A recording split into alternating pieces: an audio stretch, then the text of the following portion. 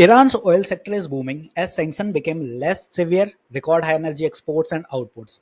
यहाँ पर अगर आप देखो तो ईरान ने अपनी भाषा ही बदल दी है अब। ना ईरान यहाँ भयभीत हो रहा है क्योंकि अमेरिका ने जितने सैंक्शन मारे हैं ईरान को अब उनसे फर्क नहीं पड़ता है, क्योंकि ईरान का यहाँ पे साफ और सिंपल कहना है कि भाई पहले धमकियां देते थे तो हम सुन भी लेते थे, लेकिन अब तो आपने धमकी की जगह ना टेबल पे बैठ के बात करी, रातों रात हम पे इसराइल ने हमला किया और फिर यूएसए ने कहीं ना कहीं उम्मीद थी कि यूएसए से बातचीत होकर कुछ सेटलमेंट हो जाएंगे, तो उन्होंने भी भाई B2 बम्बर पटक दिए। अब ईरान कहता है कि भाई सैंक्शंस मायने क्या रखते हैं, आप लगाते रहो, अब हम अपने हिसाब से अपनी देश की जीडीपी संभालेंगे, क्योंकि जिस हिसाब से हमले हुए हैं ईरान की 6 से 9% की जीडीपी पे अफेक्ट पड़ा है और काफ़ी ज़्यादा उनके नुकसान भी हुए हैं। मेजरली इनका देखा जाए तो जो न्यूक्लियर इंस्टॉलेशन प्रोजेक्ट्स थे बहुत ज़्यादा पीछे पहुंच गए, उनमें कम से कम 10 से 15 साल पीछे।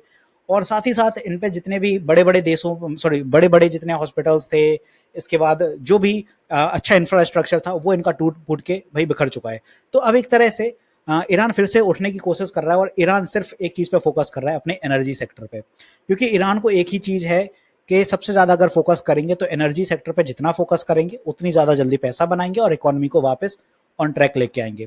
बाकी अब ना उसे यूएस की पड़ी है ना इसराइल की पड़ी है, अब ना वो दुनिया के सैंक्शंस देख रहा है, अब वो सीधी बात है अपनी इकोनॉमी पे फोकस कर रहा है। तो भाई आगे बढ़ते हैं आज के इस टॉपिक पे और देखते हैं कि जो मेजर एक्सपोर्ट आउटपुट रहने वाला है इनकी एनर्जी का, उसको खरीदार कौन मिलने वाले हैं, कि इतना ज़्यादा एक्सपोर्ट रहने वाला है और आने वाले भविष्य में ईरान किस लेवल का एक मेजर पावर बनने के लिए रेडी है क्या। तो यहाँ पे अगर आप देखो तो Iran is higher up on the list of countries that are sanctioned in the world. Despite this, Iran economy is booming, with the country's recording soaring high in the oil and energy industries. Iran पे sanction अभी से नहीं जमाने से लग रहे हैं। जब भी यूएसए को कुछ लगता है कि ईरान की डील अच्छी हो रही है किसी चीज़ को लेके, क्योंकि ईरान को जो भी रखा उसका फोकस हमेशा से अपने न्यूक्लियर प्रोजेक्ट्स पे था और यूएसए को हमेशा से उसी चीज़ से दिक्कत थी। तो जब भी कुछ ईरान की अच्छी डील होती थी तो यूएसए सैंक्शन मारता था ताकि ये पीछे रह जाए। अब ईरान ने इस चीज़ को देखना ही बंद कर दिया है, सुनना ही बंद कर दिया है, क्योंकि वो कहता है सैंक्शन से अब हमें फ़र्क नहीं पड़ता है, हम अपने फोकस करेंगे ऑयल एनर्जी सेक्टर पे।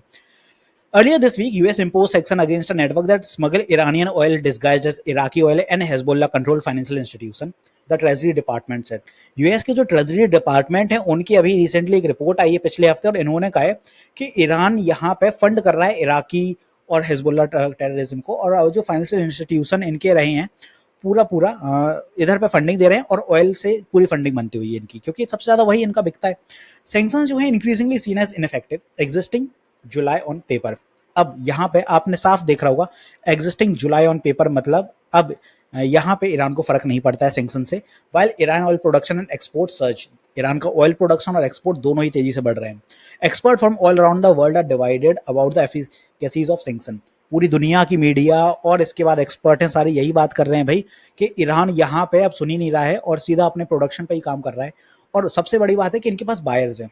बायर्स के तौर पे कौन है इनके पास? सबसे बड़ा बायर एक तो चाइना आ जाता है और दूसरा इंडिया।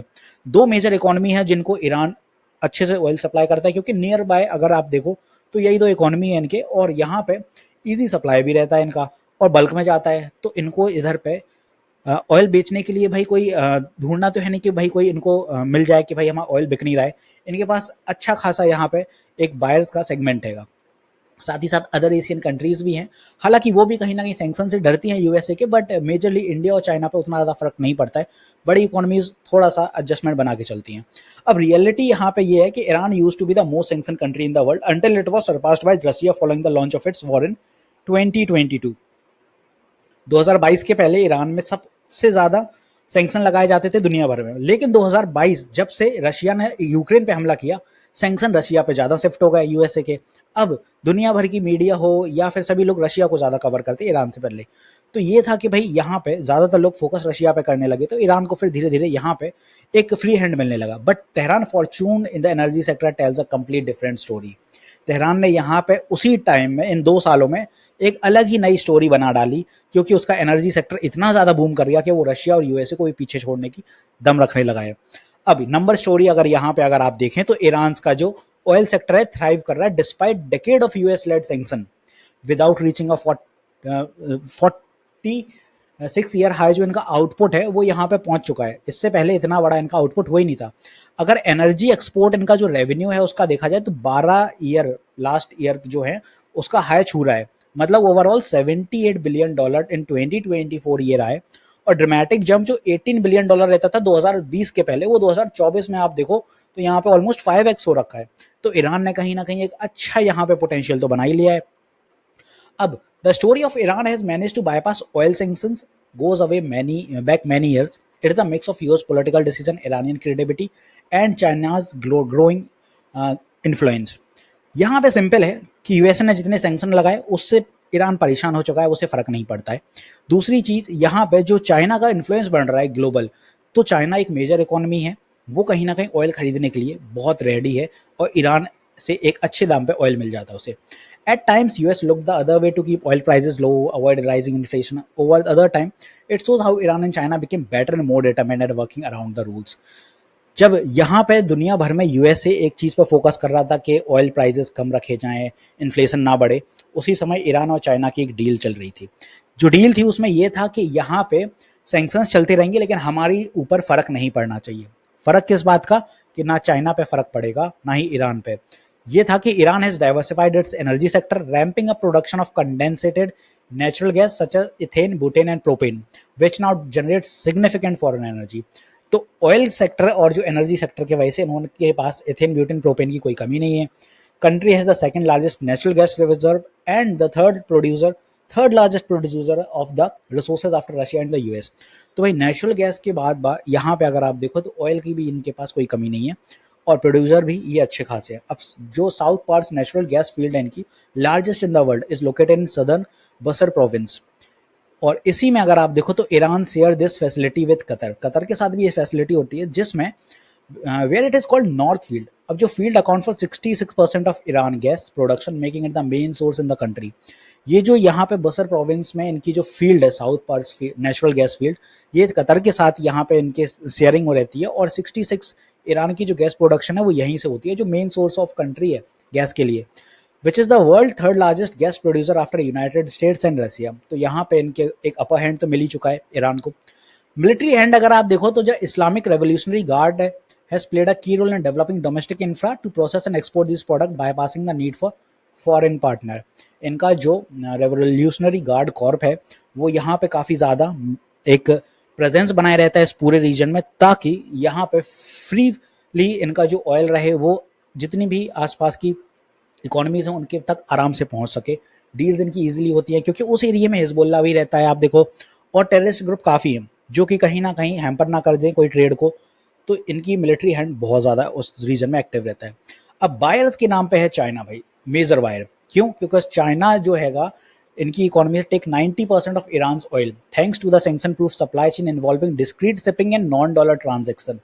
मतलब यहाँ पे 90% ईरानियन ऑयल चाइना लेके जा रहा है और साथ ही साथ वो डॉलर में पेमेंट नहीं कर रहा है, वो पेमेंट कर रहा है युआन में, मतलब उसको डॉलर से मतलब नहीं है। इनकी डील इससे हुई है। China has been purchasing cheap Iranian oil in quantities for years and analyst say that this is a covert supply chain that use transshipment and a US yuan based payment method that circumvents the dollar। अब yuan में अगर payment कर रहे हैं तो सीधा सीधा फायदा है क्योंकि चाइना से कौन इंपोर्ट नहीं करता, हर देश को चाइना की जरूरत है आज की डेट में। इनके पास सीधा सीधा युआन आ रहा है और युआन से ये चाइना से इंपोर्ट करते हैं तो उसी युआन में पेमेंट कर रहे हैं। तो इन्हें तो बड़ा आसान हो गया, ना डॉलर का झंझट है और युआन में ही अगर पेमेंट हो रहा है उनका चाइना से, तो उनकी तो ज़्यादातर डील चाइना से बढ़ेंगी क्योंकि उनको अपनी इकोनॉमी ग्रो करनी है भाई, और चाइना के लिए इससे अच्छा मार्केट है ही नहीं फिर। तो एज अ रिजल्ट जो यूएस के सैंक्शंस हैं Iranian oil unlikely to alter this business arrangement. तो यूएस सैंक्शन का इस पर कोई फर्क पड़ने वाला है नहीं। इनको एक ऐसा पार्टनर मिल गया है जो इनकी जिंदगी भर के लिए भाई समर्थन के लिए रेडी है। According to ship tracking data from Kpler, China's import of Iranian crude have actually surged nearby, doubling to 17.8 million barrel per day in 2024 compared to 2022। मतलब 2022 से 2024 में यहाँ पे इनका जो क्रूड ऑयल इंपोर्ट हो रहा है ईरान से, वो चाइना ने जस्ट डबल कर दिया। Even though Chinese custom has not formally acknowledged any oil import from Iran since 2022। अब भाई यहाँ पे सबसे ज़्यादा दिक्कत क्या आ रही है कि जो कॉन्फ्लिक्ट्स हो रहे हैं क्या इसका फर्क पड़ेगा ईरान पे, क्योंकि हमले हुए भाई अभी इजराइल के और यूएसए का।